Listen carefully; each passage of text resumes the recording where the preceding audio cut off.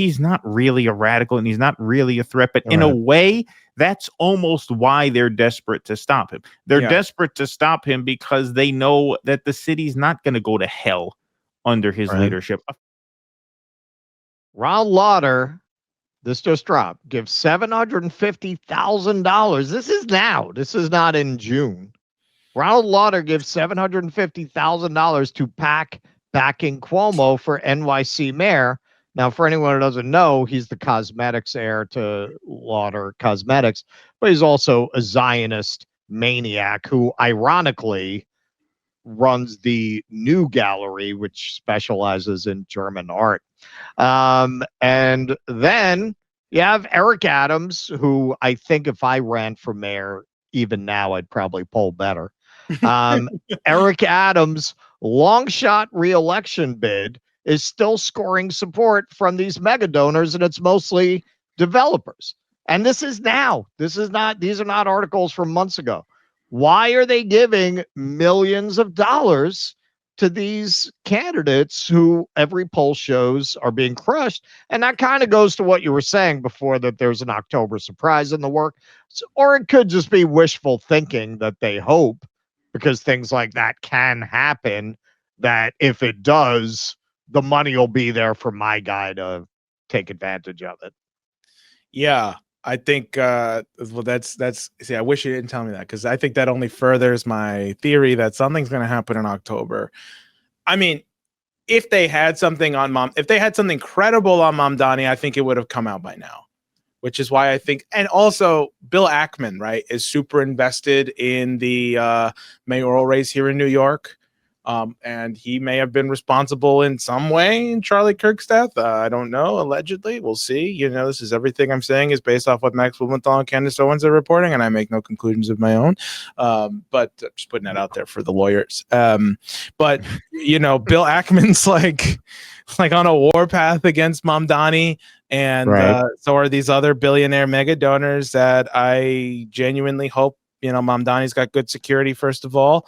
I think that he's got it in the bag as long as he does I think he should be doing the Biden strategy, which is just he should be doing interviews from a basement every 2 months. Oh, right. Yeah. Remember that? There you go. Oh, yeah. Well, you know, it's interesting, man, because, like, you know, there are a lot of people who say that, you know, Mamdani is not really a threat to the status quo. And I agree with that. You know, like I said, like if I lived in New York, I would vote for him based on, you know, the contrast between him and literally Netanyahu's lawyer alone. Like, yeah, I mean, like it's a significant enough difference. Like, yeah, if I lived in New York, I would vote for him. But he's not really a radical and he's not really a threat. But in a way, that's almost why they're desperate to stop him. They're desperate to stop him because they know that the city's not going to go to hell under his leadership. A few city-run grocery stores is not going to tank the city. There's a grocery store in Troy, which is near Albany in the region of New York where I live. That you know, it's not quite government run, but like they're a nonprofit. They rely on government grants and private donors. It's like this public-private kind of quasi-government operated grocery store.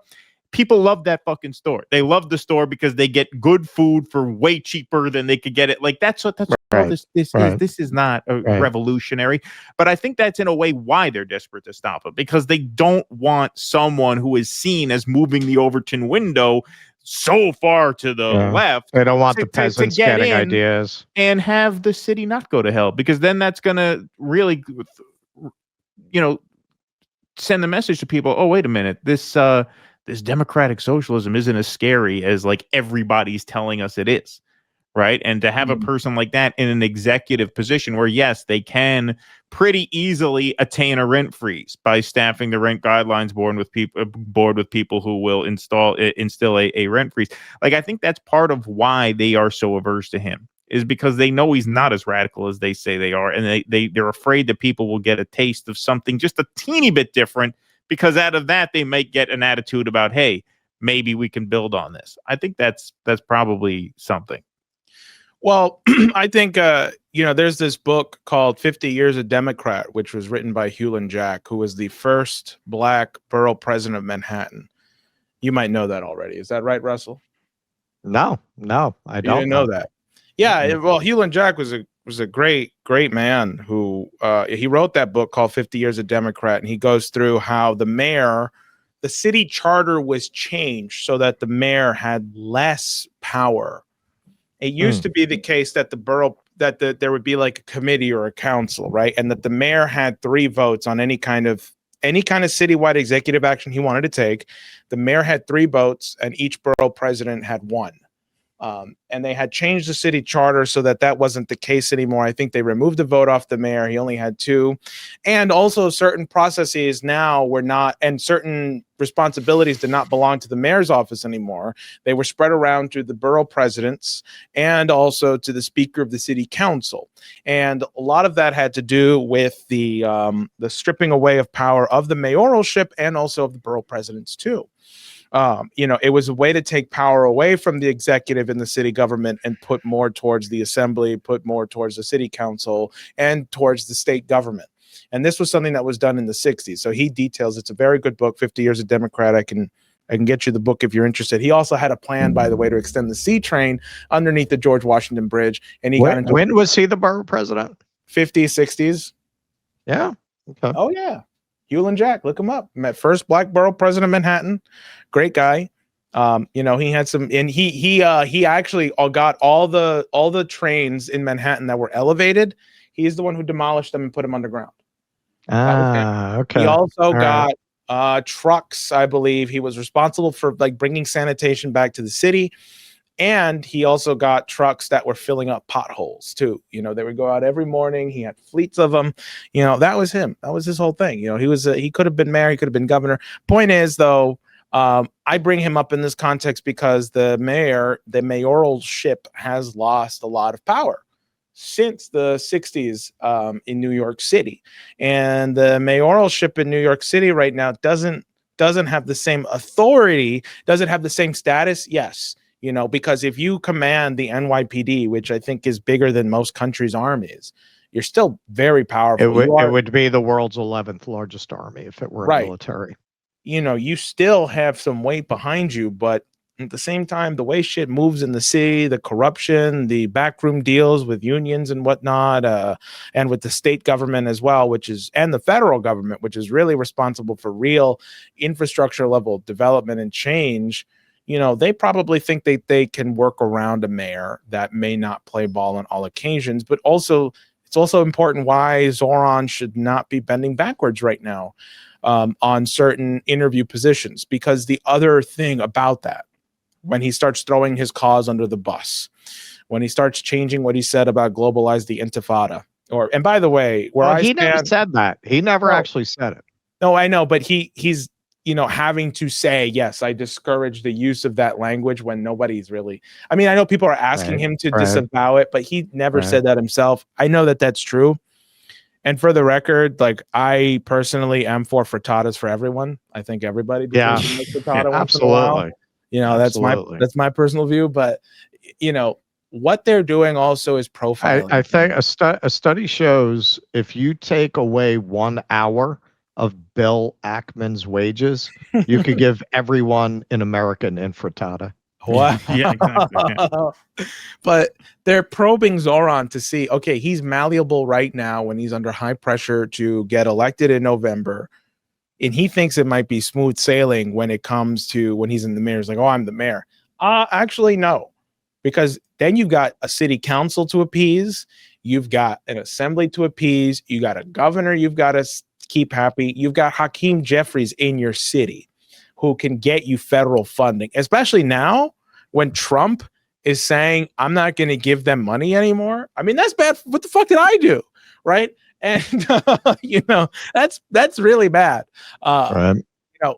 The pressures, it's only going to get worse when he's in the mayoralship. This is just to get him elected. Now, oh, you want federal money?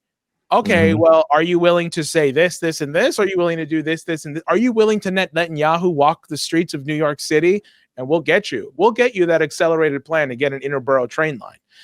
Are you willing to, not have a public supermarket, or a subsidized supermarket, right? And then he's going to have to deal with the people in the city council who has to vote his way, who can veto any executive orders he makes. He's got to keep the borough presidents happy. And let me just say something. Vanessa Gibson, the borough president of the Bronx, corrupt. Okay. And, I think that she's a crook, and I don't believe that she should be running the Bronx. But think about it. He's going to have to suck up to people like Richie Torres, Adriano Espaillat. He's going to have to suck up to Dan Goldman. See, that's the other reason why I think that he needs to go full on, let's just burn the Democratic Party, even by replacing these congressmen with people that he can trust. And also the city council too, because if you don't replace the whole slate of system of people who have just been so entrenched in New York City politics, who belong to a machine, the only way you can get anything effective through that system is to suck it up. You have to be a suck up.